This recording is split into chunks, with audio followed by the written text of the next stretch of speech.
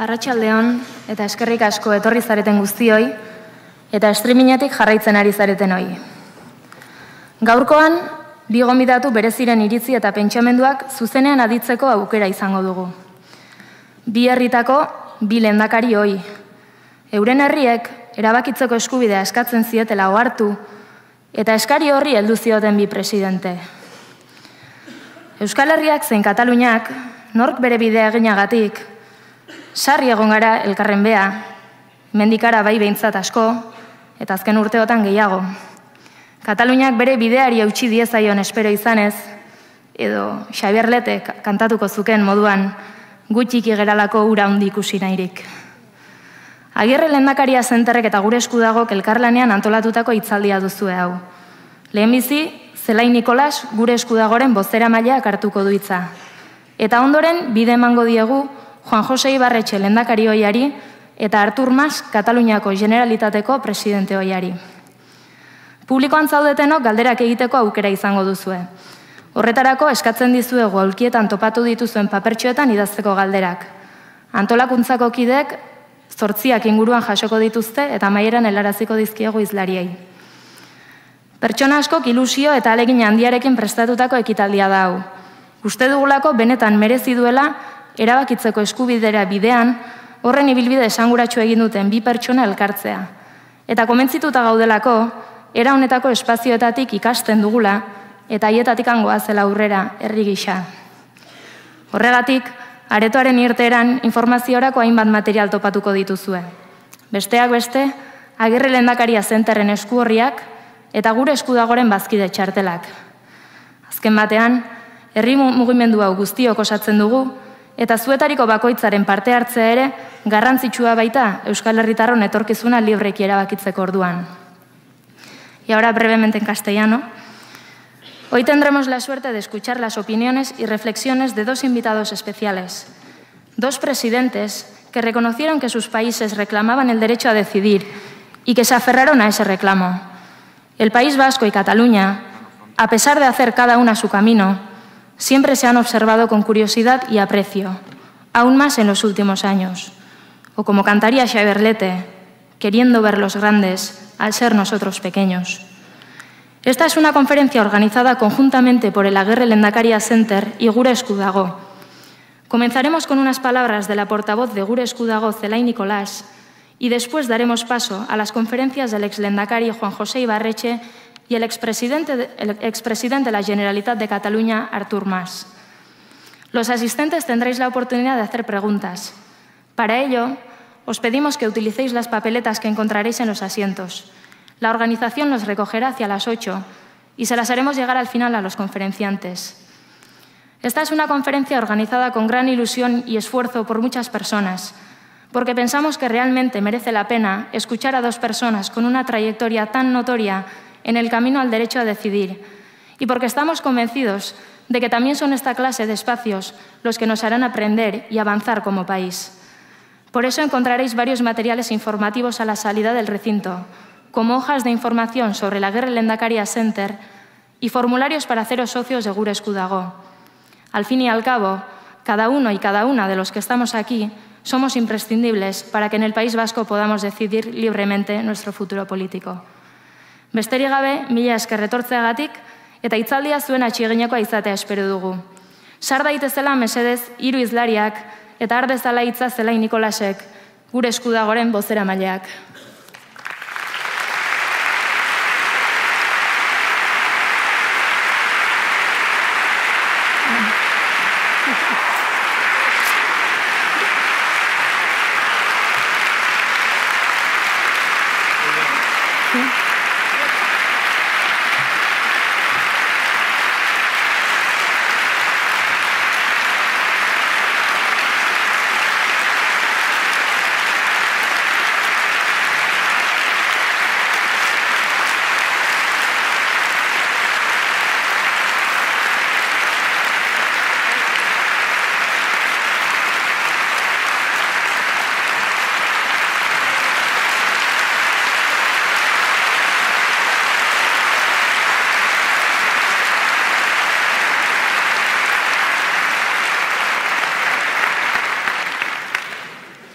Arratsalde on guztioi, bona tarda.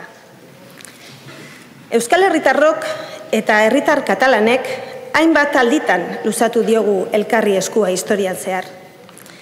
Eta horri izan gara, batzuk eta besteak, modu batean edo bestean, elkar babesteko eta laguntzeko. Bi adibide aipatzeagatik, Euskaldunok eskertuta gaude 1956ko gerran jasotako babesagatik. Edota Euskaldunon egunkaria itxi zutenean jasotako elkartasunagatik. Era berean, bizi izan dugun gatazkak, Katalunian ere izan du eragin latza. Eta unerik larrienetan, bizikidetza, elkarrizketa eta bakearen aldeko apostu egin du Kataluniako herriak. Gertu izan ditugu beti. Une gozo eta gazietan. Los deseos de profundizar en democracia nos vuelven a unir a los vascos y a los catalanes. Ciertamente, el acto de hoy es de carácter principalmente académico. No se trata propiamente de un acto de solidaridad. Pero las personas que nos hemos reunido aquí sentimos la necesidad de expresar nuestro apoyo y cariño a la ciudadanía catalana y a sus representantes, especialmente por la determinación que están demostrando a la hora de decidir libre y democráticamente su futuro.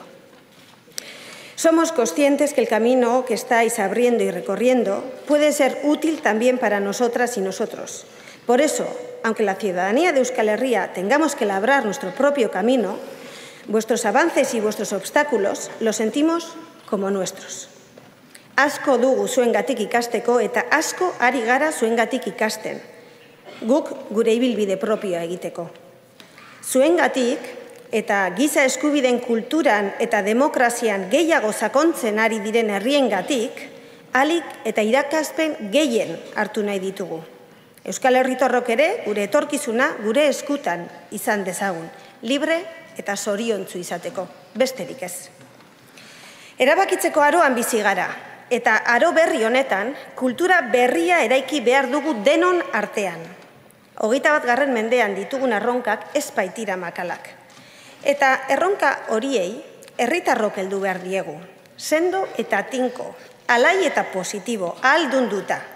Gaitasun berriak garatuz, gaur egungo erronkak txikiagoak eta eskuragarriak izan daitezen etorkizunean. Gu denon lanari, elkartasunari eta aleginari esker lortuko dugu. Herritarrak eta herriak aldunduz bai horrela sakondu nahi dugu demokrazian. Mundu mailako erronkei gure ekarpena egin ahal izateko. Horixe da gure esku dago mugimenduaren ekarpena. Esta es la aportación de gure esku dago. Una nueva cultura política, basada en la profundización de la democracia y en el empoderamiento ciudadano. Gu prest gaude erabakitzeko, eta horrela aurten, 110 herritan baino gehiagotan, herri galdeketak egingo dira. Erabakitzeko eskubidea ardatz hartuta. Kontsulta hauek baliabide paregabeak dira erabakiaren aroak eskatzen dizkigun jarrerak eta gaitasunak beti gora bereganatzen joateko. Galdeketekin batera, erabakitzeko eskubideari buruz itun herritarra lantzen ari gara. Prozesu parte hartzaile baten bitartez. Eta datorren ekainaren 10ean aurkeztuko dugu, Bilbon izango den mobilizazio jendetsu batean. Ondoren, gure herriko erakunde eta eragile sozial, kultural eta politikoekin lantzen jarraitzeko asmoa dugu itunaren dinamika. Izan ere, itun herritarra ikuspegi positibo eskaintzera dator. Aukera emango digu jabetzeko, herri honek zenbat ikasi duen gure erabakitzeko askatasunari buruz. Arlo horretan propio egindako lanari esker. Eta nola lortuta dauden, jadanik hainbat adostasun. Zoruko mungiza aurrerantzean erabilial izango ditugunak. Somos dos pueblos que desean decidir libre y democráticamente su futuro. Dos pueblos dispuestos a profundizar en la democracia y actuar con dignidad y solidaridad. Dos pueblos que confían en un futuro mejor para sí mismos y para la humanidad. Gracias a los dos, Juan José Ibarretxe y Artur Mas, por compartir hoy con todas nosotras vuestras reflexiones y experiencias. Gracias por vuestro tiempo y compromiso. Y ánimo ante las dificultades. Ànims, força i coratge.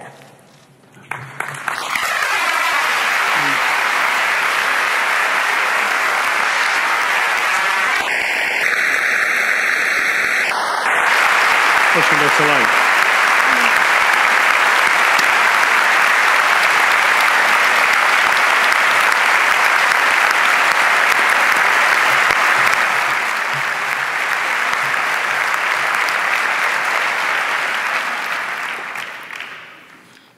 Eskerrik asko, Zelai, zure hitzengatik.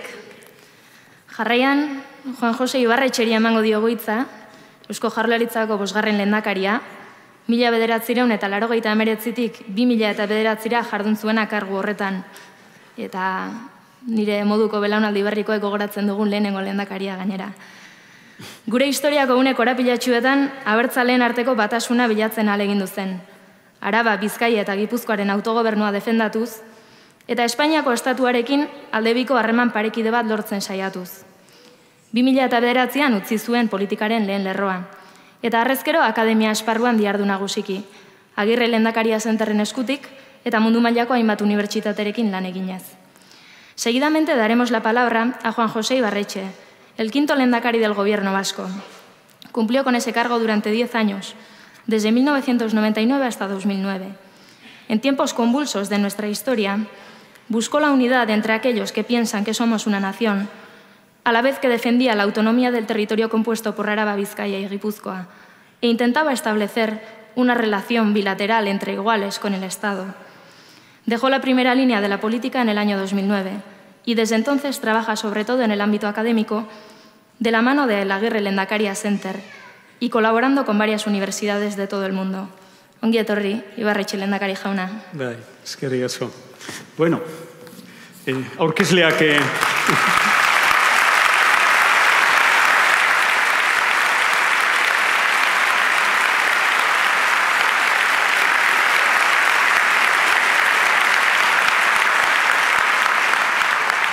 Aurkezleak esan dit nitaz, goratzen dela, pues ni izan nintzen erkidego honen lehendakaria erdi aroan, osea, que memoria hona duzu. Bueno, hortik aurrea, hau kiraldi akademiko bata, inoiz ez dut ikusi hainbeste ikasle gela batean, aula batean, 1800 ikasle gaur hemen oportunitate hitzela, egoteko behaikin ez dakit 24 ordu, edo?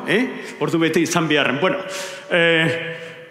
es una magnífica noticia el que esto sea una especie de éxito. Yo he estado en muchas aulas en el mundo, pero nunca he estado en aulas que tienen 1800 estudiantes, como ocurre en esta aula. Estamos realmente emocionados. Y además quiero pediros excusas porque seguramente no hemos podido cumplir con todos. Con la inestimable ayuda de Gure Esku Dago, desde el Centro Lehendakari Agirre hemos querido tratar de organizar, pero es que organizar un evento de esta naturaleza ya no está en nuestras manos. Y además no tenemos dinero para pagar a una empresa que lo hubiera hecho seguramente peor que nosotros, pero que lo hubiera hecho a satisfacción de las personas que habéis venido. Excusas, por lo tanto, porque tenéis que entender que tanto en Gure Esku Dago como en el propio centro no podemos llegar a poder organizar un evento de esta naturaleza. Es prácticamente imposible hacerlo. Hortik aurrera, nik uste dut oso importantea dela jakitea gaur, ekitaldia akademiko honetan, batez ere, el prozesi buruz, Kataluniako el prozesi buruz hitz egingo dugu. Eta nola ez, erabakitzeko eskubideari buruz. Hablaremos sobre el derecho a decidir, pero quiero comenzar fundamentalmente mi intervención reclamando lo que era la actitud que en su momento mantenía el Lehendakari Agirre, ¿verdad? Cuando preguntado por los vaivenes que en la política se daban entre Euskadi y Cataluña, el Lehendakari siempre decía, siempre con Cataluña, siempre con Cataluña, siempre con Cataluña. Tenéis que saber que este pueblo estará siempre con Cataluña. Lo sepamos expresar mejor o peor, pero siempre con Cataluña. Fijaros bien qué palabras tan increíbles las del Lehendakari Agirre cuando decía esto de Euskadi siente más que nadie las ansiedades de Cataluña. Catalanes y vascos sufren las mismas adversidades temporales y por eso viviremos la satisfacción común del triunfo. Esto es lo que quiero trasladarte, lo que quiero trasladar Artur y a través de Artur a toda la sociedad catalana. Eskerrik asko. Benetan, Artur, eskerrik asko zuri, gracias a ti y gracias a Cataluña. Artur...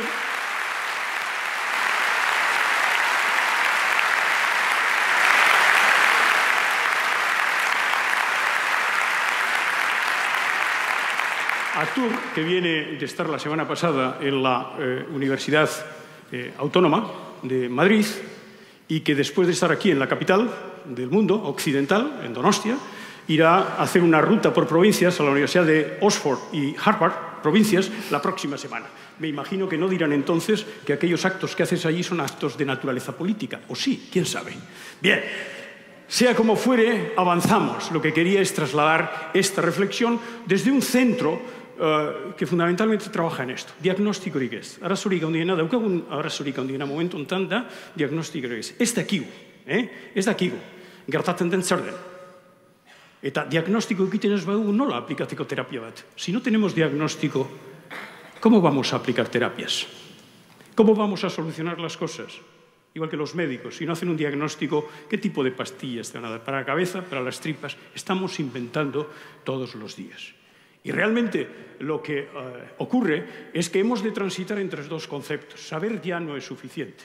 Lo puedes hacer a través de un pequeño ordenador personal, como el que está en el atril. La clave es entender. ¿Y cuál es la clave para transitar de saber a entender? Si no la cultura, sino la identidad. La única manera de tener un espacio propio en el mundo no es que olvidemos nuestra identidad o que disolvamos nuestra identidad en otras identidades, por muy respetables que éstas sean, sino que profundicemos en nuestra propia identidad. Y que nos hagamos preguntas. Tenemos más preguntas que respuestas. En relación con el derecho a decidir hay muchas, y hay muchos argumentos zafios que nos comemos. Cuando se dice que el derecho a decidir es un proyecto del independentismo, bueno, pues habría que decir, primero, que allí donde se ha aplicado, en los dos sitios donde en los últimos tiempos se ha aplicado de manera efectiva, en Quebec o en el caso de Escocia, no ha servido para la secesión, sino para configurar hoy por hoy la unión en Canadá y en el Reino Unido. Eso sí, no olvidemos para aquellos que dicen los referéndums se convocan para ganar. No, los referéndums se convocan para ejercer la democracia.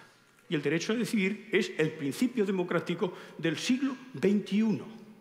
No olvidemos que Escocia perdió su referéndum desde el punto de vista de la secesión o la separación del Reino Unido. Pero Escocia ha ganado dos cosas. Una, la posibilidad de hacerlo cuando desee.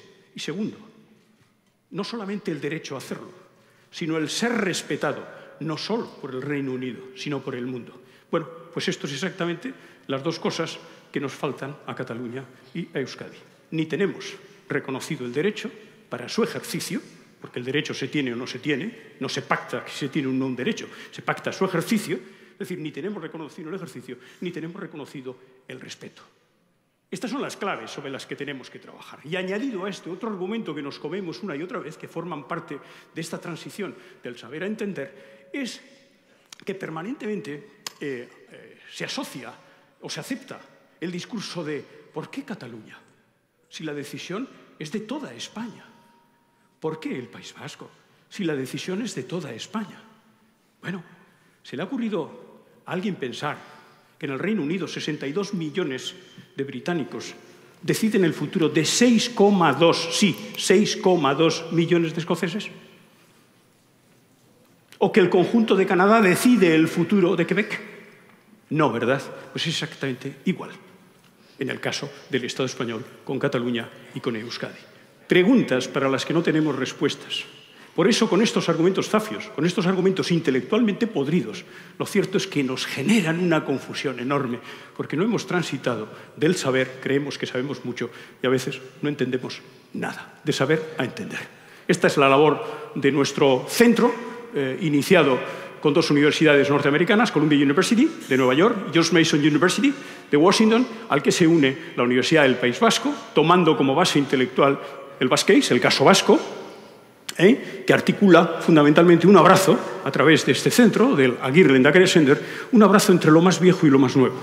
Lo más viejo es el concepto pueblo, dentro de él, por supuesto, el pueblo vasco, asociado a un nuevo concepto, desarrollo humano sostenible. No solo la agenda económica, pero la agenda social y cultural, pero la agenda medioambiental. Esto somos nosotros como centro. Un centro que lo que ofrece es un abrazo entre lo más viejo y lo más nuevo, y que lo que pretende es buscar un sitio en el mundo para nuestro pueblo, para el pueblo vasco. Gaur ez gaudelako munduko jendan.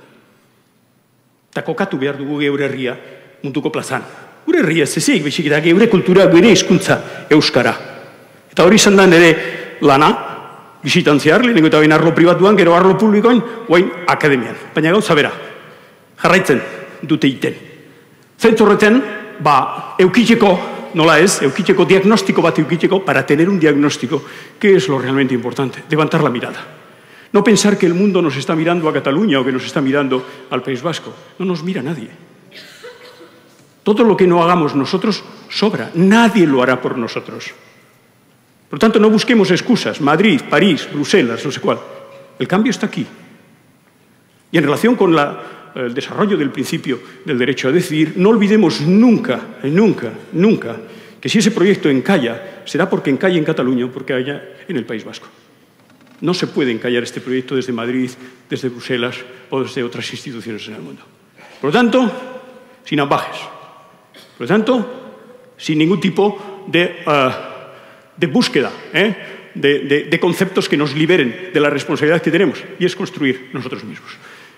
Para ver esta mirada al mundo, ¿qué es lo que hacemos desde el centro? Pues estamos mirando a Estados Unidos, ahí nacimos, ahí hemos tenido 3 proyectos de investigación, después lo desarrollamos en Europa, hemos continuado a través de Latinoamérica con proyectos de recuperación de lenguas, quechua, mije, en el estado de Oaxaca, en México. El mundo se está dando cuenta que detrás de la recuperación de sus lenguas no solamente hay una recuperación de la lengua, pero también de la economía socioeconómica. El gran problema para Latinoamérica, ¿cuál es? Que prácticamente las únicas 3 lenguas que son oficiales, quitando el guaraní en Paraguay, son las 3 lenguas de los imperios conquistadores, no descubridores, como dice la literatura europea. Portugués, castellano, inglés. Ellos saben que la recuperación de la lengua está directamente relacionada también con la recuperación socioeconómica. A Okinawa, en Japón, que le pasa lo mismo, y Filipinas. Estas son nuestras redes. Mirar al mundo para ver lo vasco y a través del centro una mirada al contrario. Es decir, desde aquí nosotros ofrecemos una pequeña ventana, ¿para qué? Para ver el mundo, para ver los cambios que se están produciendo y, por lo tanto, detectar los movimientos que en clave política, económica y social se están desarrollando en el mundo. Bueno, sobre el derecho a decidir, ¿qué decir? Bueno, aquí tenéis el equipo vasco. Lideró el pelotón esto durante unos tiempos, ¿verdad? Y afortunadamente ha llegado un relevo. Pobres de nosotros si no hubiera llegado un relevo. Bueno, ha llegado un relevo y este equipo, que inicialmente tenía estas camisetas, se ha cambiado.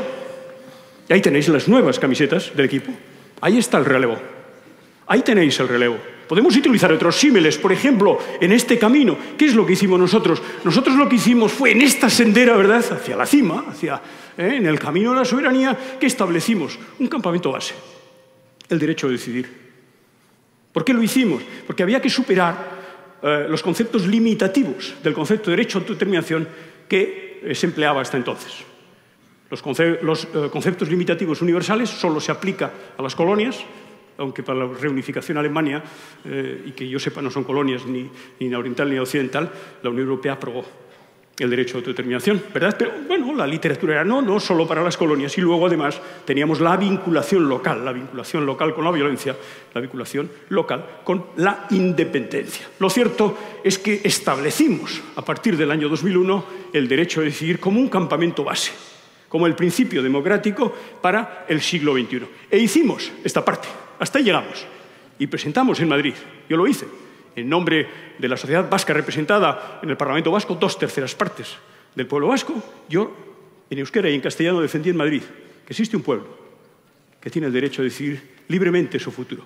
Llegamos hasta el campamento 2. Nevó mucho, tuvimos muchos problemas, hubo que ir al campamento base. Pero de ahí salió otra expedición que ya nos ha superado, la del relevo, la del equipo catalán, que están en el campo 3. Están en el campo 3. Yo no sé cómo va a acabar, pero no acaba como ha empezado, ¿eh? Campo 3. Y atención, porque para ir del campo 3 o a la cima o a Katmandú, es decir, proyecto de soberanía propio, ordenación social propia de Cataluña o de Euskadi, o unidad nacional española, perfectamente, dentro del derecho a decidir cabe que yo vote a favor de la independencia de Euskadi y tú votes, OMS, sería extraño, ¿no? Pero a favor de la unidad de España. Sí, a favor de la unidad de España. Es decir, en el fondo, desde ese campamento 3, ¿verdad?, caben las dos opciones. Eso es el principio democrático. La opción de hacer una cima dentro de un proyecto que democráticamente y legítimamente nos motiva a unas personas, o, aquí tenéis, por cierto, las dos expediciones, las dos primeras expediciones vasca y catalana que hollaron. Zabaleta no pudo ser, tampoco es Sors, o sea que tenemos otros miembros de la expedición, pero las dos expediciones, la expedición catalana, la expedición vasca y la expedición catalana, hollaron en ese momento el Everest. Bueno, la metáfora es que se puede llegar hasta ahí, se puede ir a Katmandú y devolver nuestras competencias en interior y en educación y no sé qué. ¿O qué? ¿Por qué no? Yo no tengo ningún miedo a que la sociedad vote y diga, no, devolvemos todo. La Ertzaintza, lo otro, patatín y el concierto, todo si así lo queremos. Pero también todo si queremos otra cosa. Sin más límite que nuestra propia voluntad. Bueno, y estos son las olas. Aquí tenemos las olas del Cantábrico. En el Mediterráneo hay menos olas, ¿no? Hay menos olas. Las olas. ¿Qué significan las olas? Las olas significan la preparación técnica y la convicción política de las personas que en cada momento viven en cada país. Y desde ese punto de vista yo suelo utilizar de manera compartida con el profesor Echenique, me digo el profesor Echenique, esta expresión fantástica de André Gide, cuando dice todas las olas del mar deben la belleza de su perfil a las que le precedieron y se retiraron. Pero esto es como la concha. No os desaniméis. Alguien puede pensar que la sociedad vasca está en un punto muerto. Nada de nada. Hubo una ola y vendrá otra, y luego otra, y luego otra. Y en Cataluña pasa igual. Que nadie piense que no vendrán más olas. Sí, vendrán más olas, que serán más bonitas en función del trabajo que hicieron las generaciones que le precedieron. Newton decía que vio más lejos porque se subió a las espaldas de sus antecesores, no porque los mató a todos, como en la Edad Media. Si te subes sobre alguien, yo en América suelo decir que tú y yo, pero Miguel, somos los más bajos, ¿verdad? 1,50 m. Bueno, más o menos. Yo lo suelo decir, ya puede estar toda la NBA a nuestro alrededor, porque si yo me subo sobre él o él se sube sobre mí, los que más vemos somos él y yo. A ver quién es grande y quién es pequeño, por lo tanto, en el mundo que estamos construyendo, sin olvidar que las olas que vengan van a deber su belleza a las cosas que vayamos haciendo. Nada cae en saco roto, Arturo. Nada cae en saco roto. Nada de lo que hemos hecho, para bien o para mal, cae en saco roto. Eso sí, como no supimos, al menos en mi caso, alcanzar el objetivo que pretendíamos, esperamos que los que vengan lo hagan mejor que nosotros. Con humildad. Bueno, seguimos caminando. El último argumento.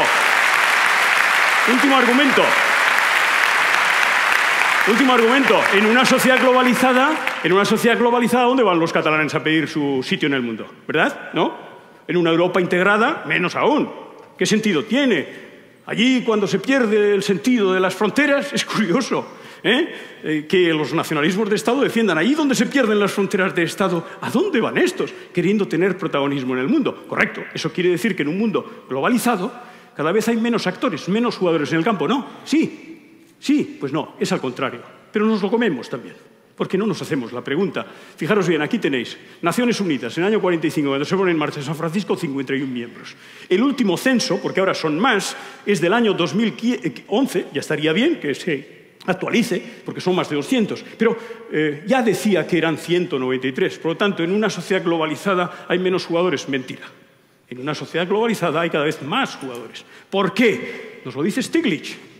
Porque precisamente aquellos que tienen la posibilidad de tener su sitio en el mundo son los que se hacen cargo de su propio destino y no dejan su destino en manos de los demás.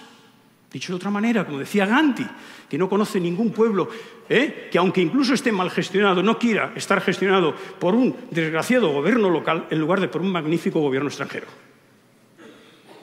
¿Caminamos? Bueno, alguien dirá, bueno, pero eso es en el mundo, ¿verdad? En Europa no pasa eso, ¿verdad?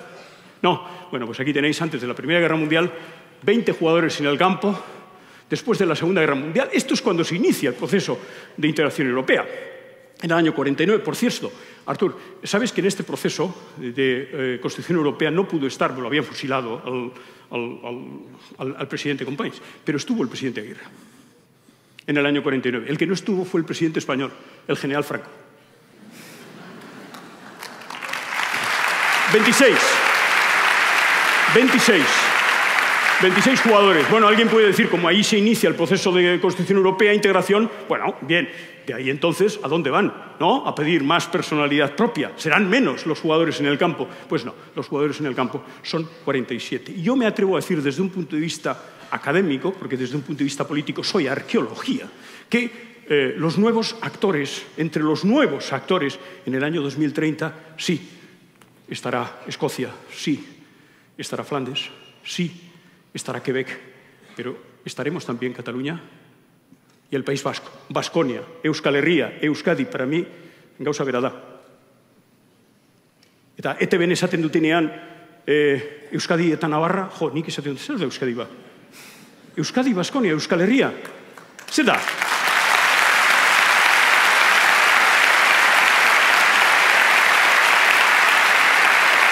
Ni jakin bakit, pertsona batek hitz egin zuen, Euskadiri buruz, lehenengo aldiz. Bera izan zen Sabino Aranak. Eta zuk, behiratzen baduzue, zer aurkitzen duzue. 7 probintzi. Baskonian bezala, Euskal Herrien bezala. De acuerdo? Osea, que hori da erkidegoan, edo Nafarroan. Horrela, esan behar dugu. Bueno, nik uste dut, hau izangoela. Nuevos actores en el año 2030. Me atrevo a trasladar desde un punto de vista académico que esto será así. Esto será así por una sencilla causa, porque yo no veo en el escenario, y entro en la siguiente reflexión, última, yo no veo en el escenario un nivel argumentario extraordinariamente democrático, ni jurídicamente basado en conceptos claros, para no permitir que esto sea así. Porque incluso si alguien dijera que la ley está por encima del principio democrático, me imagino que alguien tendría que pensar que si la ley está por encima del principio democrático, tenemos un grave problema. ¿Y qué debiéramos de adaptar? ¿La ley o quitaros vuestro voto? Si hay que adaptar algo es la ley. Que se adapte. Alguien dice que hay que modificar la Constitución, pues modifícala. ¿Y qué? No hay ningún problema. Ha habido más de 10 desde el año 1808, en que se presenta la de Bonaparte. Por tanto, pues que se modifique. Bien, ¿cuál es la clave desde mi punto de vista? Elkarrekin. Inglesek esaten dut ez da, all together, not at all. Elkarrekin egin behar dugu, bestela jai dugu. O hacemos juntos, o la hemos liado. Junts. Este es el concepto fundamental. Juntos, sociedad civil y instituciones. Porque si lo hacemos solo desde la sociedad civil o si lo hacemos solo desde las instituciones tendremos una parte del tren. Pero si queremos tener un tren global, correcto, fuerte, esos dos vagones no pueden desenganchar. Yo creo que no me atrevo a dar ningún consejo al procés en Cataluña. Pero si alguno daría, diría que está en vuestras manos, zeuen esku dagoela, que está en vuestras manos, y por favor, que no os rompan el tren, que no desenganchen la sociedad de las instituciones de la sociedad, porque eso sí sería el principio del fin. Repito, el problema para la aplicación del derecho a decidir y su configuración no está en la castellana, está en las Ramblas. Y es allí donde hay que cuidar las cosas. Los vagones, gizarte zibil eta erakundeak. Sociedad civil eta erakundeak. Sociedad civil eta erakundeak. Sociedad civil eta erakundeak. Sociedad civil eta erakundeak. Hau da, elkarrekin. Eta bukatzeko. Hau ez da berria. Hau ez da ikerketa prozesu baten ondorioa. Abesti batean daukagu idatzita oain dela ja urte asko. Abestu nahi baldin baduzue, hemen dugu errezeta. Aquí está la receta. No la inventamos nosotros. Fijaros bien desde cuándo la puso en marcha Benito Lertxundi. Abesten dugu, baina bakizu zer denez da? Zenbat gera...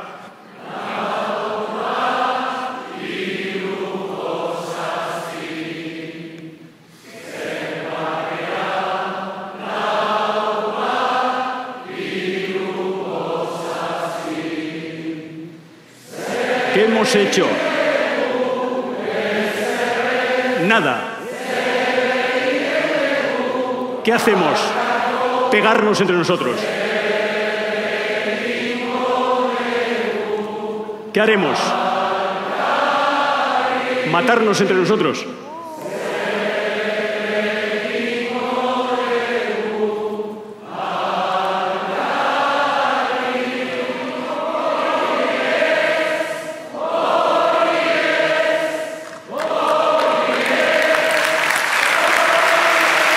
Eso no, Artur, eso no, eso no.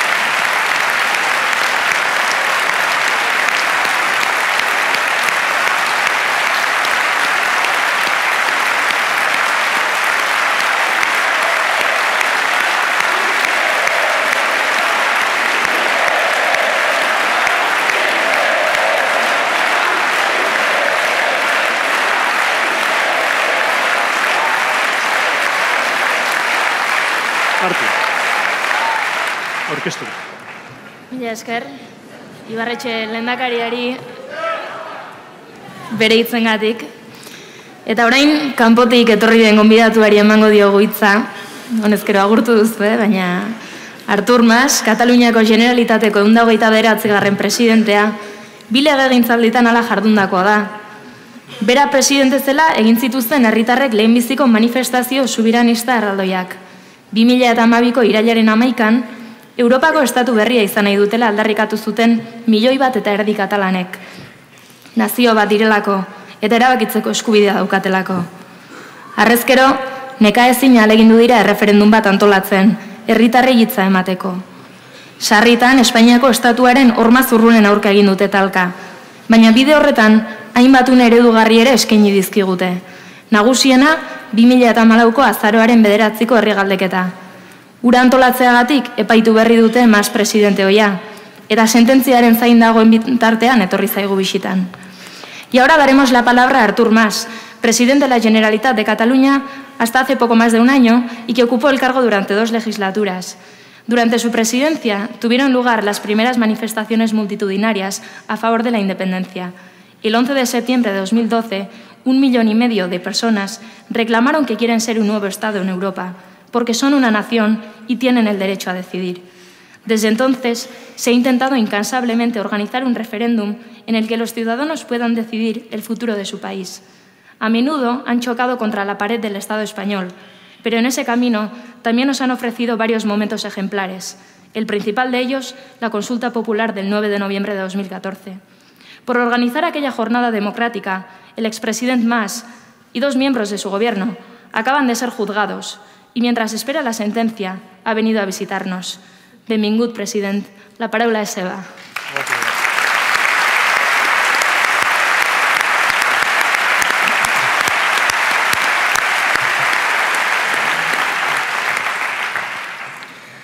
Arratsaldeon Donostia, Arratsaldeon Euskadi. Eskerrik asko. Eskerrik asko al Agirre Lehendakari Center por su invitación y a Guri Euskadogo también por haber organizado este acto con la presencia de todos ustedes.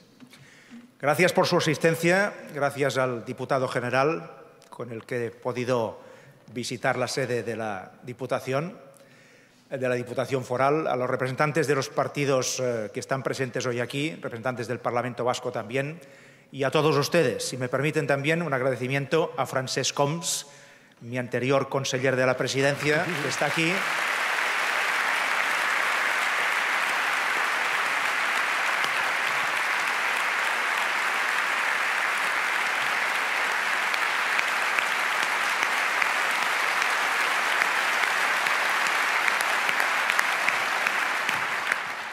Este va a ser el tercero en ser juzgado. No, el tercero no, el cuarto. Ya llevamos 3 y él va a ser el cuarto a partir del lunes de la semana que viene. Después de escuchar la intervención del Lehendakari Ibarretxe, les he de confesar un pequeño secreto, una cosa que no tenía prevista, y es que me voy a volver a Cataluña a pie. Y así cogeré experiencia y fuerzas para pasar del campo 3 al campo 4.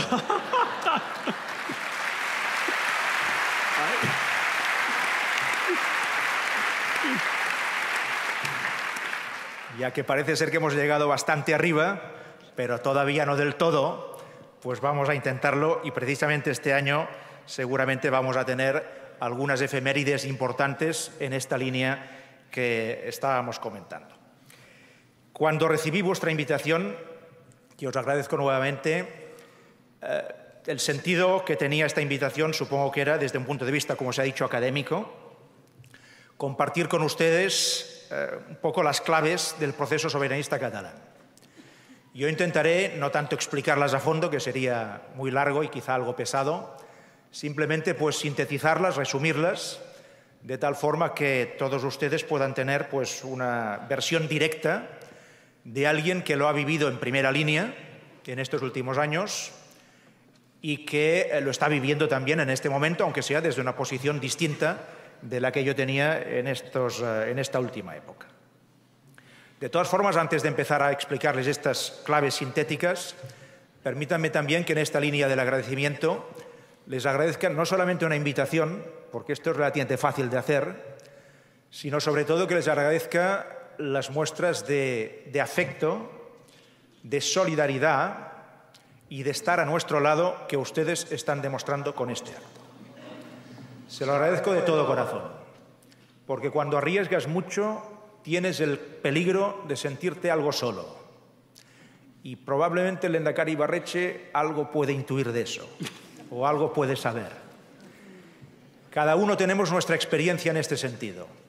Y les puedo afirmar, nosotros que ahora hemos pasado pues los 3, ¿no?, por un primer juicio, digo primero y no sé por qué he dicho primero, pero bueno, he dicho primero, de primer juicio, pues les puedo decir que cuando fuimos desde el Palau de la Generalitat hace 10 días atrás hasta el Palacio de Justicia en Barcelona y había 40.000 personas en la calle a nuestro lado, cuando esto pasa, sabes que lo que estás haciendo tiene un sentido y un sentido bueno.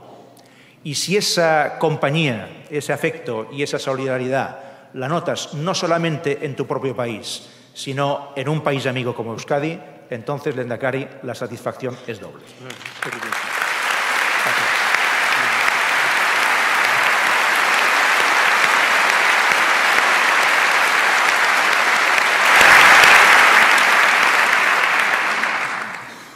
Resumidamente, como les decía, claves de este proceso soberanista catalán.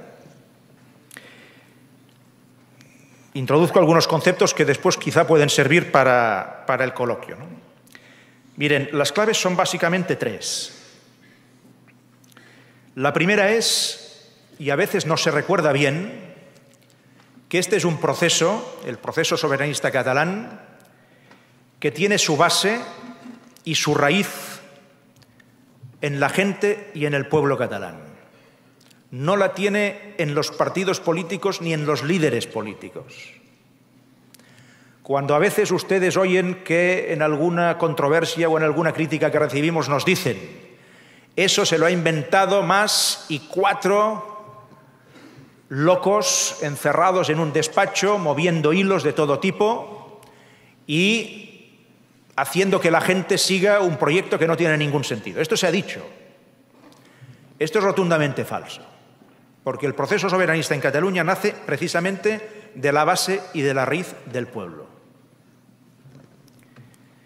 Es lo que los ingleses llaman un grassroots level movement, un proceso que sale de la base, de la raíz, ¿no? Esta es una clave muy importante para entender cosas que están sucediendo en este momento en Cataluña. La segunda clave es que es un movimiento absolutamente e intrínsecamente pacífico, cívico y además integrador. Nos dicen también que este es un proceso para dividir a la sociedad catalana. Y esto es falso. Es un proyecto que integra gente muy diversa, de orígenes, de culturas e incluso de lengua. Y es importante que esto se entienda porque a veces se olvida que, por ejemplo, Cataluña, si ustedes miran la composición demográfica de nuestra sociedad, observarán que el 70% de nuestra población, 7 de cada 10 personas, tienen un origen próximo no catalán. Próximo significa que sus padres o sus abuelos ya no nacieron en Cataluña. 70% de nuestra gente. Y fíjense ustedes en el siguiente dato que también es significativo. Una sociedad, el 70% de la cual no tiene un origen estrictamente catalán, en un 80% de la gente reclama el ejercicio del derecho de decidir. Por tanto, un referéndum. Esta no es una cuestión de la gente de los apellidos catalanes, de muchas generaciones. No es solamente una cuestión de la gente nacida en Cataluña. Es algo que aglutina a gente muy diversa. Y esto creo que es importante si al lado le añadimos este criterio de un movimiento absolutamente pacífico y cívico. Y la tercera clave es la pulcritud democrática con la cual estamos actuando y a algunos les puede sorprender esto que voy a decir, la apuesta permanente por la legalidad. Pulcritud democrática y apuesta por la legalidad. Es decir, es un proceso que tiene también como clave las urnas y la ley. Urnas y ley, o urnas y leyes. Que empieza en las urnas, como empezó, y va a terminar en las urnas. Y creo que esto es fundamental que se entienda porque es lo que le da precisamente cuerpo a esa pulcritud democrática con la cual se está actuando. No es un invento de unos pocos, no es la decisión de unos pocos, es la decisión de un pueblo entero al que se convocó a las urnas, ahora me referiré a ello, hace ya algunos años atrás, y que va a ser nuevamente convocado a las urnas este año 2017, para que sea la gente, una vez más, la que pueda decidir libremente cuál tiene que ser el futuro de Cataluña. Estas tres claves me parecen fundamentales. Lo repito, es un movimiento que nace de la base del pueblo, un movimiento pacífico, cívico e integrador y un movimiento de pulcritud democrática y que apuesta por la legalidad. ¿Cuáles son los 4 momentos, los resumo solamente en 4, los 4 momentos básicos, clave, de estos últimos años, que dan cuerpo también a este proceso soberanista? El primer momento es noviembre del 2012. Yo en noviembre del 2012 me encontré en la situación siguiente, como presidente de la Generalitat. Tenía una mayoría en el Parlamento muy clara para negociar lo que nosotros llamábamos un pacto fiscal. Y añadíamos, para no asustar a nadie, en la línea del concierto económico. En la línea. Y lo planteamos en Madrid. Yo hablé muchas veces con el presidente Rajoy de este concepto y le hice ver que después del gran fiasco del Estatuto de Cataluña, que había sido amputado por el Tribunal Constitucional en 2010, le intenté hacer entender que el pacto fiscal era una salida para Cataluña en un momento en que Cataluña ya estaba muy activada, cambiando de registro, intentando pasar de la autonomía a la soberanía. Me encontré con lo que ustedes pueden intuir, con un muro granítico, con un no rotundo, con una puerta completamente cerrada. Y me encontré al mismo tiempo, como presidente de la Generalitat, con lo que se decía antes, 1,5 millones de personas manifestándose en las calles de forma ejemplar, que pedían ya no un pacto fiscal, ya no un estatuto de autonomía, sino que pedían ser un nuevo Estado en Europa. Por tanto, una gente que estaba cambiando de mentalidad y de proyecto y, por tanto, de futuro. Y en aquellas condiciones, con una mayoría bastante holgada en el Parlamento, decidí convocar elecciones anticipadas. Y esas elecciones nos dieron más de 2/3 del Parlamento catalán a favor del derecho a decidir. Nosotros, Lehendakari, el derecho a decidir lo habíamos proclamado bastantes veces en el Parlamento catalán. Pero no era cuestión de proclamarlo una vez más, era cuestión ya en este momento de ejercerlo. Y lo que hemos hecho en estos últimos años es sobre todo eso, intentar ejercer ese derecho a decidir. Lo habíamos votado, pero no lo habíamos ejercido plenamente, y ahora lo estamos ejerciendo.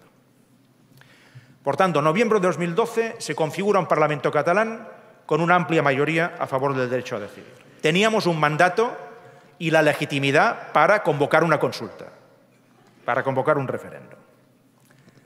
Eso es lo que se hizo en noviembre del 2014, intentar convocar una consulta. Nos pusieron delante todos los muros otra vez habidos y por haber. Nos lo suspendieron todo en el Tribunal Constitucional. Nos amenazaron absolutamente con todo. Y piensen que lo que se intentaba hacer en Cataluña era una consulta sin consecuencias jurídicas. Y se había dicho así. Por tanto, era una consulta para escuchar a la gente y para fomentar el derecho de participación y la libertad de expresión, que son derechos fundamentales en cualquier constitución democrática del mundo. Y finalmente pudimos poner las urnas en noviembre del 2014. Y por eso estamos en este momento pendientes de las sentencias por la vía penal, con penas que pueden llegar a los 10 años, que es lo que solicita la Fiscalía, de inhabilitación. Piensen ustedes también que en aquel momento, en noviembre del 2014, lo más importante que hizo la sociedad catalana yendo a votar fue un acto de soberanía y, sobre todo, fue lanzar un mensaje claro en la línea de le hemos perdido el miedo al Estado español. Y como que le hemos perdido el miedo, aunque nos amenace, nosotros salimos a la calle, vamos a los colegios y ponemos nuestra papeleta en las urnas, guste o no guste. Y así lo hicimos. Eso tuvo una gran repercusión, también internacional.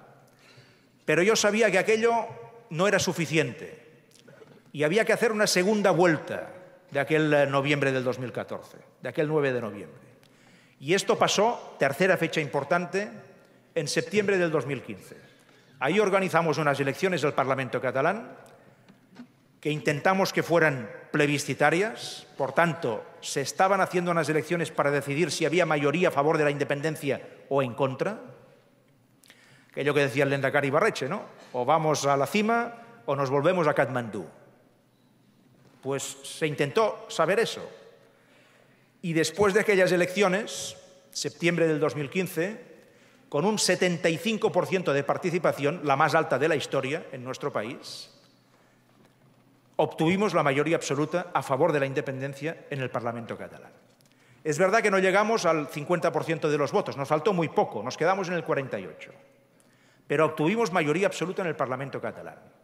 Y esto era impensable hace solamente 4 años. En 4 años hemos dado unas zancadas enormes. Hace 4 años atrás, en los estudios demoscópicos en Cataluña, la independencia no pasaba del 20%. En unas elecciones con urnas de tipo plebiscitario llegamos casi al 48%. Piensen también que los partidos que defendieron explícitamente el no se quedaron en el 39%. Y hubo un solo partido, Podemos, Comunes, que en aquel momento no se quiso pronunciar ni en el sí ni en el no, y por tanto quedó ahí en el Parlamento como un partido en este ámbito que no tenía definición, no se pudieron contar los votos ni en un lado ni en el otro. Y el último momento significativo de este proceso, de los 4 que les quería comentar, y este me afecta más personalmente, pasó en enero del año pasado, cuando, teniendo mayoría absoluta en el Parlamento para tirar hacia adelante el proceso soberanista, nos encontramos que dentro del mundo soberanista, aquello que decía el lehendakari Ibarretxe, ¿no? El Carrequín, Junts, pues no fue tanto así, porque dentro del mundo soberanista se instaló una dinámica de vetos. Y ahí hubo un momento delicadísimo, porque estuvimos en un trance de repetir unas elecciones que habíamos ganado ampliamente. Y, por tanto, de tener que lanzar un mensaje al pueblo catalán que era dramático. Habéis votado, tenemos mayoría absoluta para la independencia, no nos entendemos en los partidos soberanistas y tenemos que volver a convocaros porque no somos capaces de interpretar vuestro voto y de transformar este voto en acuerdos. Esto era dramático para nosotros. Y en aquel momento, yo tomé la decisión que tomé, ustedes la conocen muy bien. Por cierto, la volvería a tomar exactamente igual, porque intuí en aquel momento que aquella decisión le daba una oportunidad grande al proceso soberanista catalán. Y entendí que, aunque en política esto que les voy a decir sea raro y no demasiado compartido, en los momentos clave de un país, y nosotros lo estábamos y lo estamos viviendo, un político tiene que saber que en sus decisiones, primero tiene que pensar en el país, después en su partido y después en su persona. Y no al revés. Y no al revés.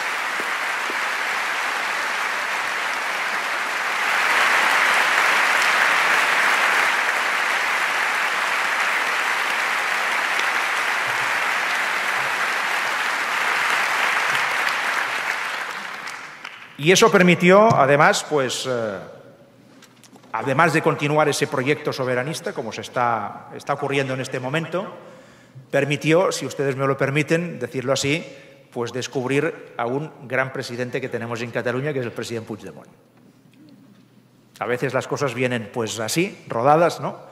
A veces un poco imprevistas por parte de alguna gente, pero nuestra realidad es esta. En este momento tenemos un gobierno de Junts, y no solamente un gobierno de gente que ha sumado esfuerzos, sino también un presidente que está claramente liderando y tirando hacia adelante.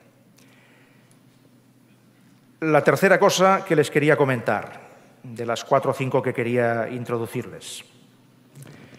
El movimiento soberanista catalán es un movimiento de acción y de reacción. ¿De reacción delante de qué? De reacción delante de una agresión. El Estado español nos está agrediendo. ¿En forma de qué, ustedes dirán? Porque son palabras gordas, ¿no? Pues miren, nos están agrediendo, y no solamente a nosotros, en forma de reconquista competencial. Estamos instalados desde la mayoría absoluta de Aznar, del año 2000, en un proceso de recentralización de poderes en el Estado central. Y esto es una reconquista del poder, que a partir de la descentralización y de la Constitución española y de los estatutos de autonomía se había empezado a compartir, superando la dictadura franquista. Pues bien, aquello que duró unos 20 años aproximadamente, se empezó a torcer en el año 2000 y se acaba de torcer totalmente con la excusa de la crisis económica por parte del gobierno de Rajoy. Por tanto, ahí hay una agresión. Algo que teníamos se nos está sacando. Algo por lo que habíamos luchado mucho lo estamos perdiendo. También es una agresión porque es una politización de la justicia.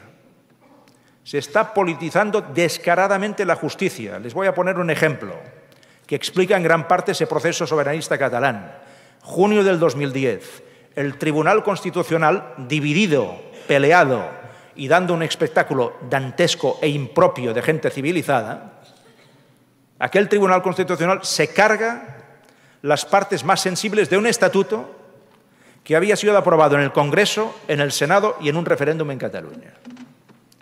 Esta es una politización descarada de la justicia, porque ahí el Tribunal Constitucional no actuaba de árbitro, actuaba de árbitro de parte, por tanto era un árbitro comprado por una parte.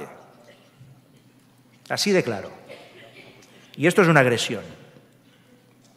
También es una agresión la judicialización de la política. Que los políticos catalanes soberanistas en este momento estemos o en pleno juicio por la vía penal o amenazados, como están muchos otros también, por ejemplo la presidenta de nuestro Parlamento, esta judicialización de la política es claramente una agresión delante de la que hay que responder. Y también tenemos la agresión de la guerra sucia. Desde determinadas instancias del Estado se están organizando operaciones que les ponen un nombre amable, le han puesto Operación Cataluña, esto es de agradecer, que no es una operación, digamos, de seducción, no es una oferta interesante, no es un plan de infraestructuras, no es un concierto económico, no es una recuperación competencial, simplemente es una operación hecha desde estamentos del Estado, controlados o no tanto, no lo sé, que están por vías ilegales, es decir, al margen de la ley, intentando desprestigiar a los políticos soberanistas catalanes, para que pierdan credibilidad delante de su propia gente. Esta es otra agresión. Y delante de esto, y delante de la sensación de que el Estado español nos está frenando en nuestra capacidad de desarrollo, de progreso, pues estamos reaccionando. Por tanto, fíjense, es verdad, el movimiento soberanista tiene esa parte de reacción contra una agresión, actuando en legítima defensa. Cuando a veces nos dicen, oigan, es que ustedes se intentan saltar las leyes, ustedes son unos temerarios, ustedes son una gente pues, que están echados al monte, ¿no? Nos dicen eso, ¿no? Y yo lo que les pido es que entiendan que estamos actuando en legítima defensa, porque la agresión es muy grande, no solamente sobre nosotros, pero nosotros la hemos sentido en carne propia y estamos reaccionando delante de eso. Pero, y eso es importante, el proceso soberanista catalán no es solamente de reacción delante de una agresión, es sobre todo un proceso que tiene una carga de acción y por tanto de proyecto.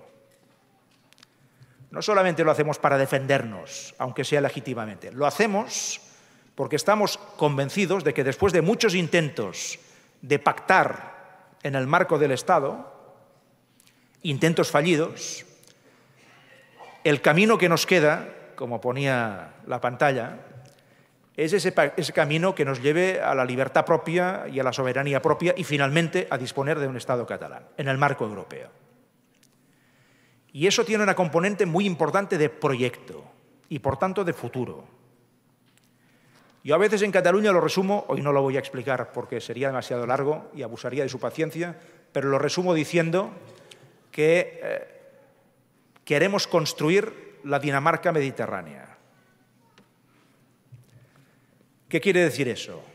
En 30 segundos. Un país con alta ocupación y, por tanto, poco paro, salarios dignos, oportunidades para la gente, un estado del bienestar robusto, sólido, consolidado y sostenible, una economía muy abierta y, por tanto, muy innovadora, y una democracia de alta calidad. Y nosotros nos vemos capaces de construir un país así. nos vemos capaces de construir un país así.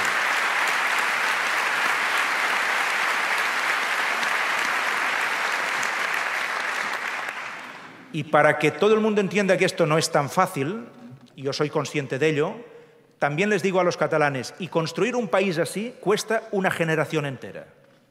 Esto no se hace en 2 años, esto no es un eslogan, esto no es propaganda, no es un discurso fácil. Construir un país de estas características cuesta como mínimo una generación. Pero si tienes el proyecto, tienes el propósito, tienes el compromiso y tienes la caja de herramientas, es decir, el Estado, puedes seguro intentarlo y con bastantes probabilidades llegarlo a conseguir. Es muy importante que se entienda también ese factor de proyecto que tiene el movimiento soberanista catalán. 2 apuntes finales. ¿Cuáles son, se preguntarán ustedes, las claves del éxito de un proyecto así? Creo que también son 4, muy resumidas. La primera clave del éxito es ejercer el derecho a decidir. Solamente haciendo eso, y lo decía el lehendakari Ibarretxe en su presentación, solamente ejerciendo, no proclamando, ejerciendo el derecho a decidir, por tanto votando, solamente con eso ya hemos ganado en gran parte esa batalla. Porque quiere decir que nos reconocemos a nosotros mismos, que nos respetamos a nosotros mismos, y esta es la parte fundamental para que después alguien más te reconozca o te respete. Y ese ejercicio del derecho a decidir es lo que, de una forma o de otra, vamos, de una forma u otra o no, a través de un referéndum se va a volver a hacer precisamente este año 2017. Después les haré un comentario muy rápido en este sentido. Podríamos resumir diciendo este primer punto de las claves del éxito: votar ya es ganar. Solo votar ya es ganar. Y ahí estamos. La segunda clave del éxito: la unidad política y la movilización. Juntas. Sin unidad política esto no va a ninguna parte, porque no nos sobran fuerzas en el soberanismo catalán. Por tanto, las que tenemos, las tenemos que unir todas. Y movilización, porque las instituciones catalanas solas no tienen fuerza suficiente para doblegar la fuerza y el poder que tiene el Estado en este momento. No tenemos fuerza suficiente como instituciones. Por tanto, la clave del éxito es ese binomio unidad política y movilización. Si no hay movilización de la gente, estas fotografías también lo demostraban, nosotros perdemos una de nuestras mayores cartas en esa partida. Pero esa carta la tenemos. Fijaros, en los últimos 5 años, en Cataluña cada año ha habido más de 1,5 millones de personas en la calle o en las vías del país. Cada vez. Recuerdo hace pocas semanas cuando hubo una gran manifestación en los Estados Unidos, básicamente de mujeres, contra el presidente electo, contra Trump. Y los norteamericanos decían, ha habido mucha gente en las ciudades norteamericanas, se han movido 1 millón de personas, en un país que tiene 350 millones de habitantes. Cataluña, con 7,5, cada año, en los últimos 5, ha sacado 1,5 millones de personas a la calle sin quemar un contenedor y sin romper ni un solo cristal.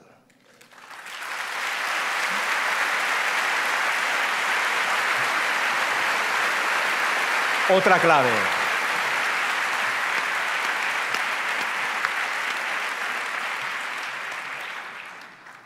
Este binomio es fundamental. Unidad política desde el principio hasta el final, desde el campo 3 hasta el 4 y hasta la cima. ¿Hay algún campo entre el 4 y la cima o no?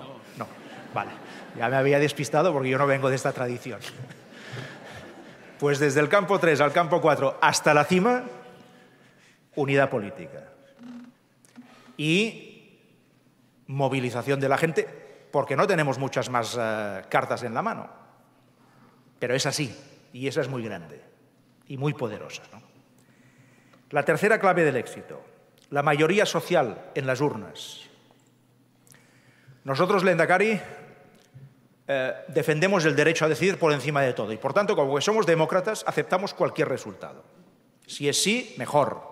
Si es no, pues será la decisión de la sociedad catalana. Siempre decimos, si es sí y ganamos los soberanistas, tendremos que construir la Cataluña del futuro pensando en los que han dicho que no también. Y si es no, les pedimos a los que ganen que construyan la Cataluña del futuro de los próximos años teniendo en cuenta la parte importante que habrá votado que sí. Porque esa cohesión de pueblo no la podemos perder. Pues bien, la mayoría social la tenemos claramente a favor del derecho a decidir, claramente. Mucho más de 2/3, demoscópicamente, según las encuestas, casi el 80%. Por tanto, eso quiere decir que hay mucha gente que votaría no en un referéndum, pero que se apunta claramente a la idea democrática de nosotros decidimos nuestro propio futuro. Tenemos esa mayoría clara para ejercer el derecho a decidir. No sabemos, honestamente, si tenemos hoy la mayoría suficiente para tirar hacia adelante la construcción de un Estado catalán. Sabemos que estamos muy cerca, lo hemos comprobado, en las urnas, pero nos hace falta comprobar si eso es suficiente y, por tanto, si pasa del 50% de los votos, cosa que hasta ahora no hemos podido demostrar. Y la última clave del éxito es el reconocimiento internacional. Esto no viene antes de lo otro, viene después. Si nosotros no somos capaces de culminar ese proceso, evidentemente no nos va a reconocer nadie. Pero si somos capaces de hacerlo, entonces viene otra batalla importante, dura también, pero también posible de ganar, que es el reconocimiento, aunque sea progresivo, a nivel internacional, como tantas veces ha ocurrido en casos precedentes. Y lo último que les quería comentar son, porque quizá ustedes se lo preguntan, ¿no? ¿Y este año 2017 qué va a pasar en Cataluña? ¿Cómo va a acabar eso? Me preguntan a mí. Y yo no tengo ninguna bola de cristal y, por tanto, yo exactamente cómo va a acabar no lo sé. Pero hay 4 cosas, 3 o 4 cosas que van a ocurrir seguro. Una ya está ocurriendo. Son los juicios. Los juicios que tenemos por la vía penal. Eso ya está ahí. Y esto va a seguir durante este año 2017. El Estado, como mínimo, va a hacer eso. Digo como mínimo. Y seguramente no se va a quedar ahí. Ya se oye hablar de precintar escuelas, se oye hablar de recuperar competencias, se oye hablar de aplicar el artículo 155 de la Constitución. Se oye hablar de todo eso. Por tanto, no sabemos cuál va a ser la reacción del Estado, pero que no se va a quedar de brazos cruzados es evidente, ¿no? Por tanto, ahí tenemos los juicios y mi apuesta es que cuanto más juicios haya, cuanto más líderes soberanistas catalanes pasen por un juzgado, mayor será la base a favor de la independencia en Cataluña. Lo que ellos se piensan que va a ser amedrentar a la gente en Cataluña, meterles el miedo en el cuerpo, hablando coloquialmente, se pueden encontrar con la reacción exactamente contraria, con que haya una reacción de orgullo y además de apuesta democrática fuerte en Cataluña que tuerce esas previsiones del Gobierno y del Estado español y que les deje en una situación peor de la que tienen en este momento. Eso puede ocurrir.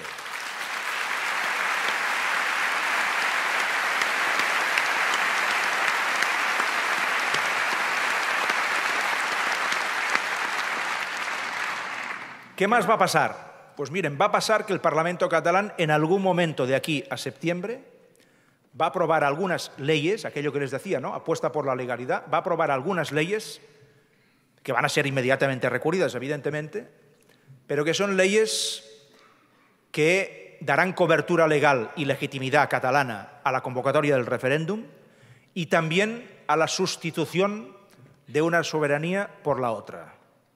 Es decir, serán leyes que en el momento en que se empiecen a aplicar después del referéndum, si se gana, tienen que cubrir ese marco legal para pasar de la legislación, en este momento española, a una futura legislación catalana, que al principio puede ser bastante similar de la anterior, porque hay que dar seguridad jurídica a todos los actores del país, económicos, sociales, ciudadanía en general, funcionarios. Esta gente tienen que estar cubiertos desde un punto de vista personal. No les pedimos que hagan aventuras personales.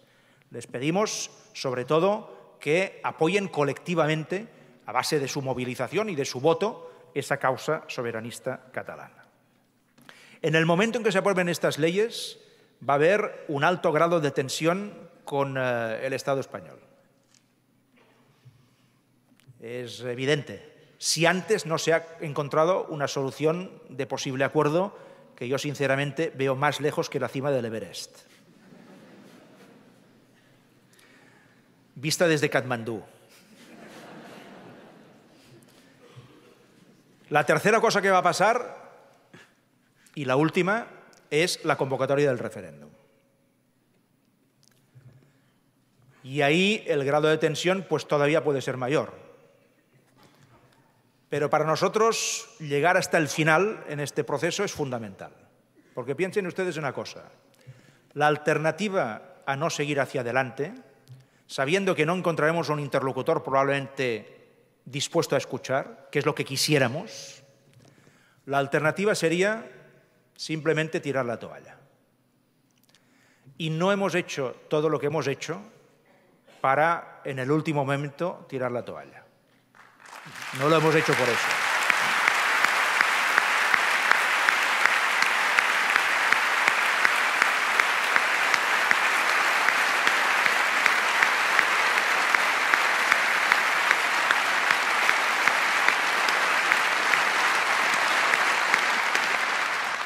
No sé cuándo volveremos a reencontrarnos, pero si hemos hecho el Everest, pues lo celebraremos. Y si han decidido en Cataluña volver a Katmandú, como decía el lehendakari Ibarretxe, pues yo no lo celebraré desde un punto de vista del proyecto, pero sí que lo celebraré desde un punto de vista de la democracia. Porque habrá significado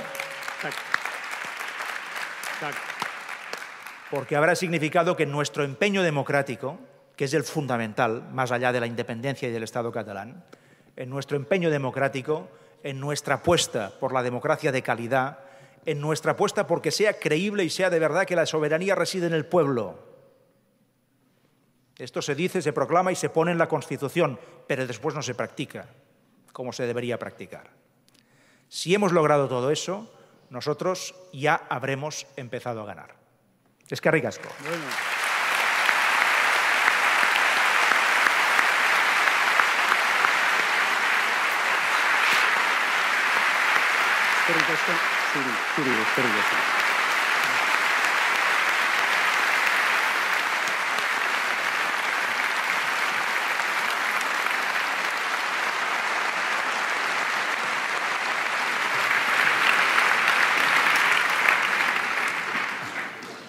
Moltes gràcies, eskerrik asko, Mas presidenteari bere hitzengatik.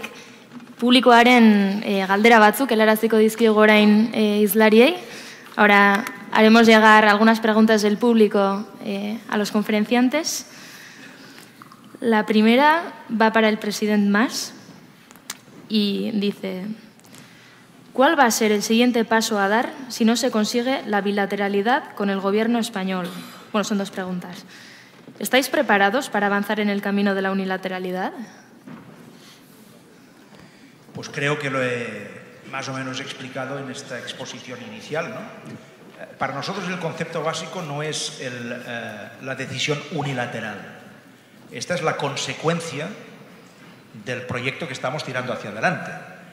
Nosotros no estamos instalados en la unilateralidad o en la desobediencia por la desobediencia o por la unilateralidad. No es ese el concepto, ¿no? Estamos instalados en visto que las vías que teníamos de entendimiento con el Estado no dan fruto y no son permanentes y no son posibles, de acuerdo con nuestros anhelos, pues cambiamos de camino, cambiamos de registro, cambiamos de proyecto y lo fundamental es construir ese proyecto. Y en este sentido nuestro ánimo es completamente positivo, no es de confrontación, no es de tensión, todo eso nos viene añadido. ¿Por qué? Pues porque tenemos ahí un interlocutor que en el fondo no es interlocutor. O al menos no es un interlocutor de altura democrática. Fíjense, yo se los decía antes, ¿no? Tenemos por primera vez en la historia un Parlamento con mayoría absoluta a favor de la independencia. ¿Eso no tiene que ser reconocido? Porque ese Parlamento se ha constituido después de unas elecciones. Un gobierno democrático y un Estado democrático reconocerían este hecho, porque es un hecho democrático, y lo intentarían afrontar. Efectivamente, intentarían encontrar vías para no tener que llegar a la independencia de ese territorio, de ese país, en este caso Cataluña, pero actuarían como un interlocutor democrático para intentar encontrar soluciones delante de esta realidad, ¿no? No es el caso español y, por tanto, nosotros lo que sí que tenemos claro es no queremos actuar por desobediencia, no queremos, por principio, hacer actos unilaterales, pero, les recuerdo lo que les decía, estamos actuando en legítima defensa. Y, por tanto, cuando actúas en legítima defensa, te tienes que defender. Y defenderse quiere decir que cuando tienes un proyecto claro y tienes la mayoría para llevarlo adelante y la determinación, ¿no? Pues entonces tienes que proseguir. Y esto es lo que estamos haciendo. ¿Que esto es unilateral? Pues quizás sí, pero es igual. Es como tiene que ser, ¿no? Respondiendo al mandato democrático que recibimos del pueblo catalán en las urnas. Zerbait gehitu nahi duzu horri lotuta? Hori buruz? Bai.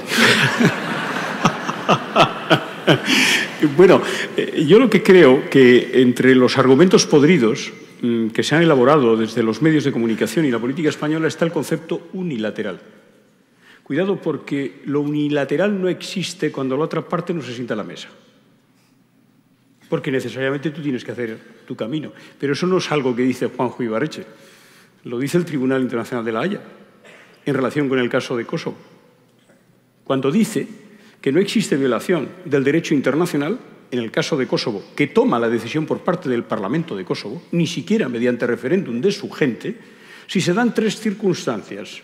Una, que se haga a través de instituciones democráticas, en este caso la Generalitat. Dos, si se da en una situación absoluta de paz, caso afortunadamente de Cataluña, desgraciadamente nosotros no lo tuvimos en su momento. Y tres, si se hace después de intentar una y otra vez, como han intentado las instituciones en Cataluña, negociar con la otra parte y han sido contestadas una y otra vez que no se sientan. ¿O por qué creéis entonces que el gobierno español está trasladando a la opinión pública de manera vacía, porque es un estuche vacío, este nuevo argumentario en el sentido de que están dispuestos a hablar, etcétera, al diálogo? Pero, ¿al diálogo en qué? Por lo tanto, que hagan propuestas, que se sienten a la mesa. Porque si no se sientan a la mesa, el concepto de unilateralidad no existe. Y esto es algo muy importante para trasladar, creo, aquí en la sociedad vasca y también en Cataluña. Y, por supuesto, en España tendrá menos eco. Pero hay que decirlo, lo unilateral no existe si la otra parte no se sienta.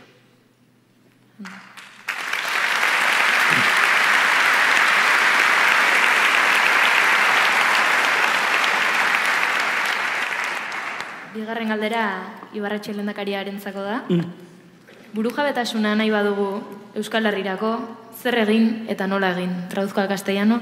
Si queremos la soberanía para el País Vasco, ¿qué tenemos que hacer y cómo lo tenemos que hacer? Pues lehen esan duguna, que lehenengo eta bine elkarrekin gauzak egitea oso importante da. Hemen ez dau, jokua ez da bazter batean ustea alderdi politikoak, eta beste alde batetik gizartea edo erabiltzea politika mina egiteko alderdi politiko bati edo beste bati. Elkarrekin egiten badugu bestela jai dugu. Hori da lehenengo pausua. Eta bigarren pausua zer da?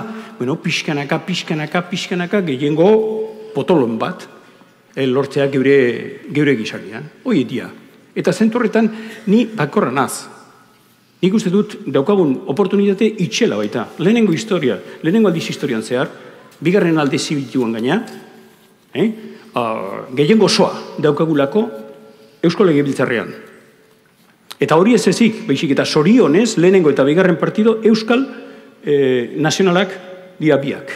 Lehenengo eta bigarrena, PNV eta Batasuna, Bildu. Eta beste alde batetik, Naparran, lehenengo aldiz historian zehar ere, hor dago, Euskaldunek, zentzu horretan, eta abertzaleok, gehiengo osoarekin eta gobernuan, Nafarroako gobernuan. Eta hori ez ezik, baizik eta Iruñako udaletzean ere. Galdera da, aprobetzatzen ere gara daukagun eguera? Ezin hobea baita.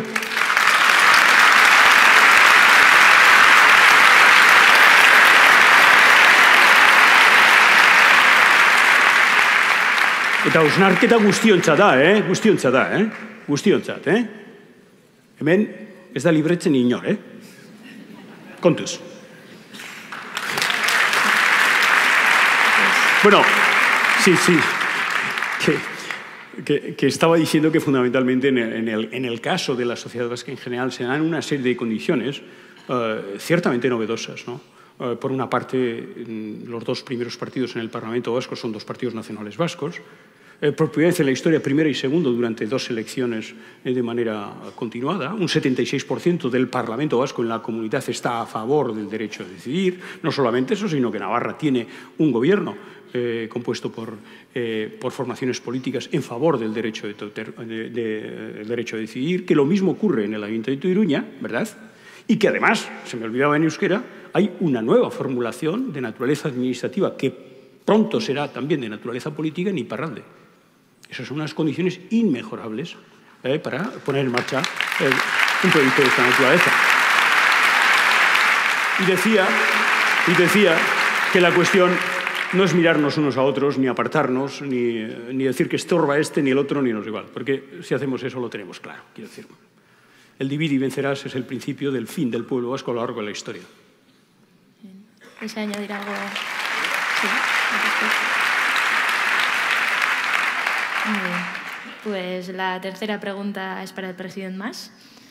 ¿Qué importancia han tenido las consultas de Arenys de Munt y las posteriores consultas populares en el proceso catalán?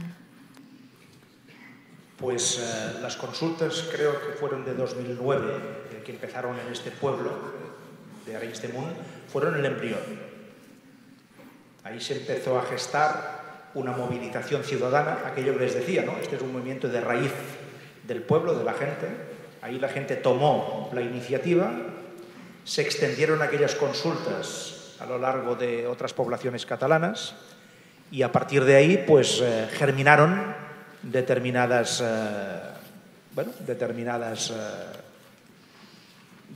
flores, ¿no? Y florecieron. Y después eso se extendió pues, por otras partes del territorio y llegamos a noviembre del 2014, en donde ya la consulta ya fue pues, general, ya fue organizada por el gobierno de la Generalitat y finalmente pues, soportada por 42.000 voluntarios que se movilizaron para que aquello fuera una realidad, ¿no? Es decir, que fueron pues, de una forma u otra ese germen que hizo posible que al final después esto se generalizara por muchas otras partes del territorio. Euskal Herrian ere, fase horretan gauden, neurri handi batean, ez dakit, Ibarretxe lehendakaria zerbait esan nahi duzun herri galdeketen inguruan. Para apoyar lo que ha dicho el presidente Mas, el apetito viene comiendo. El apetito viene comiendo. En democracia también.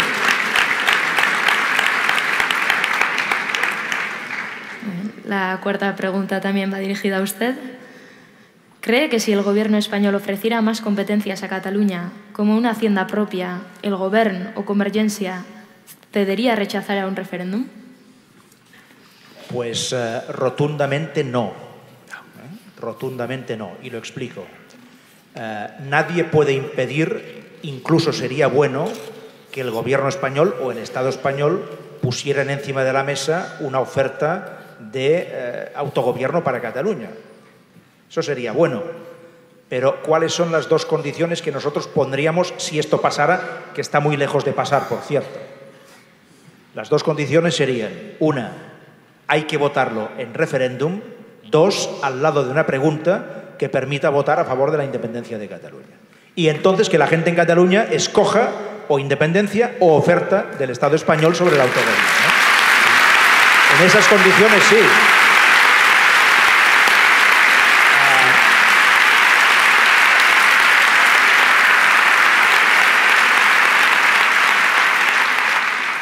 Por tanto, fíjense que nosotros no nos negamos en absoluto a que haya una posible oferta del Estado español, pero en esas condiciones, porque lo que no tendría sentido es que solamente hubiera una oferta del Estado, que, insisto, está muy lejos de existir, no se ve ni a lo lejos, vamos, y que en un Parlamento que tenemos con mayoría absoluta a favor de la independencia no pudiera poner su opción encima de la mesa para ser contemplada también.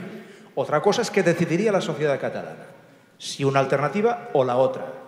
Y eso, poco o mucho, pues ya está contestado de antes, ¿no? Pero lo fundamental es que nosotros aceptaríamos esa oferta siempre pasado por un referéndum y al lado de la posibilidad de votar a favor del futuro Estado catalán. Muy bien, y la última es para los dos.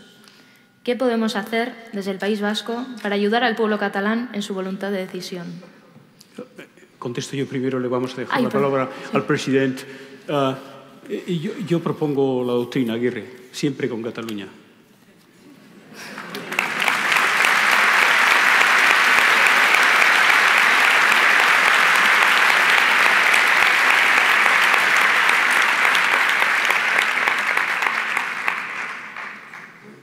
Pues miren, yo les diría que hoy ustedes ya han hecho algo muy importante,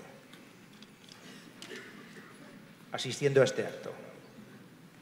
Porque, se lo diré en palabras del lehendakari Ibarretxe, cuando se preveyó este acto, no se preveyó en esta sala. No. Creo recordar que era en una sala un poco más pequeña. En Oronac, en la Universidad de Mondragón, teníamos 200 personas. Correcto, 200 personas. ¿No? Pasar de aquella sala que teníais prevista a esta significa aquello que os decía al principio, ¿no? Significa que de una forma o de otra, con vuestra manera de hacerlo, que además ha sido muy bonita, queréis expresar esa muestra de afecto, de solidaridad y de apoyo a un pueblo, en este caso el pueblo catalán, que se está moviendo, que está perdiendo el miedo, que está movilizando energías en positivo, que está movilizando, dejádmelo decir, mucho talento. Hay gente de primer nivel que está involucrada en el tema de la soberanía catalana. Tenemos en este momento los estudios, yo creo, más bien preparados en la historia de la independencia de cualquier país. No hemos llegado ahí, pero los estudios los tenemos casi todos.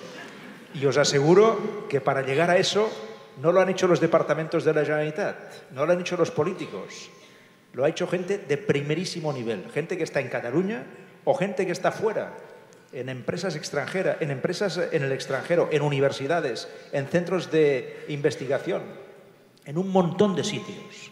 Y son gente que sin cobrar nada han puesto todo su talento y se han mojado con sus apellidos, cosa difícil de hacer también, porque eso significa a veces represalias, se han mojado con su talento para que el futuro de Cataluña sea un futuro, pues, un futuro de acuerdo con nuestras capacidades como pueblo, ¿no?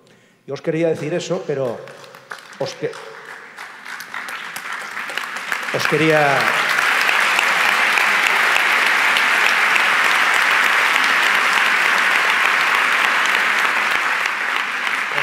transmitir esa, más que una idea, pues es un sentimiento, ¿no?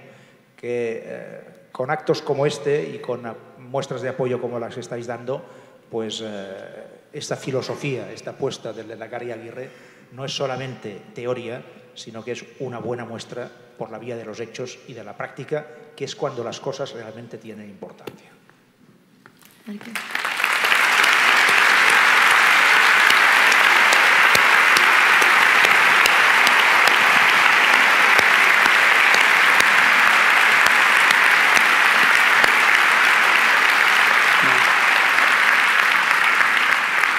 Honaino, heldu da gaurko solasaldia. Arratxe entretenigarri eta emankorra igaroko zenutela espero dugu. Gogoratu irteeran gure esku dagoren bazkide txartelak eta Aguirre lehendakaria zenterren eskurriak dauzkazuela. Horriak bete eta irteeran dauden bi hautestontzietako batean sarditzakezuen. Mila esker, Zelai Nikolas, Juan Jose Ibarretxe eta Artur Masi zuen ekarpenengatik.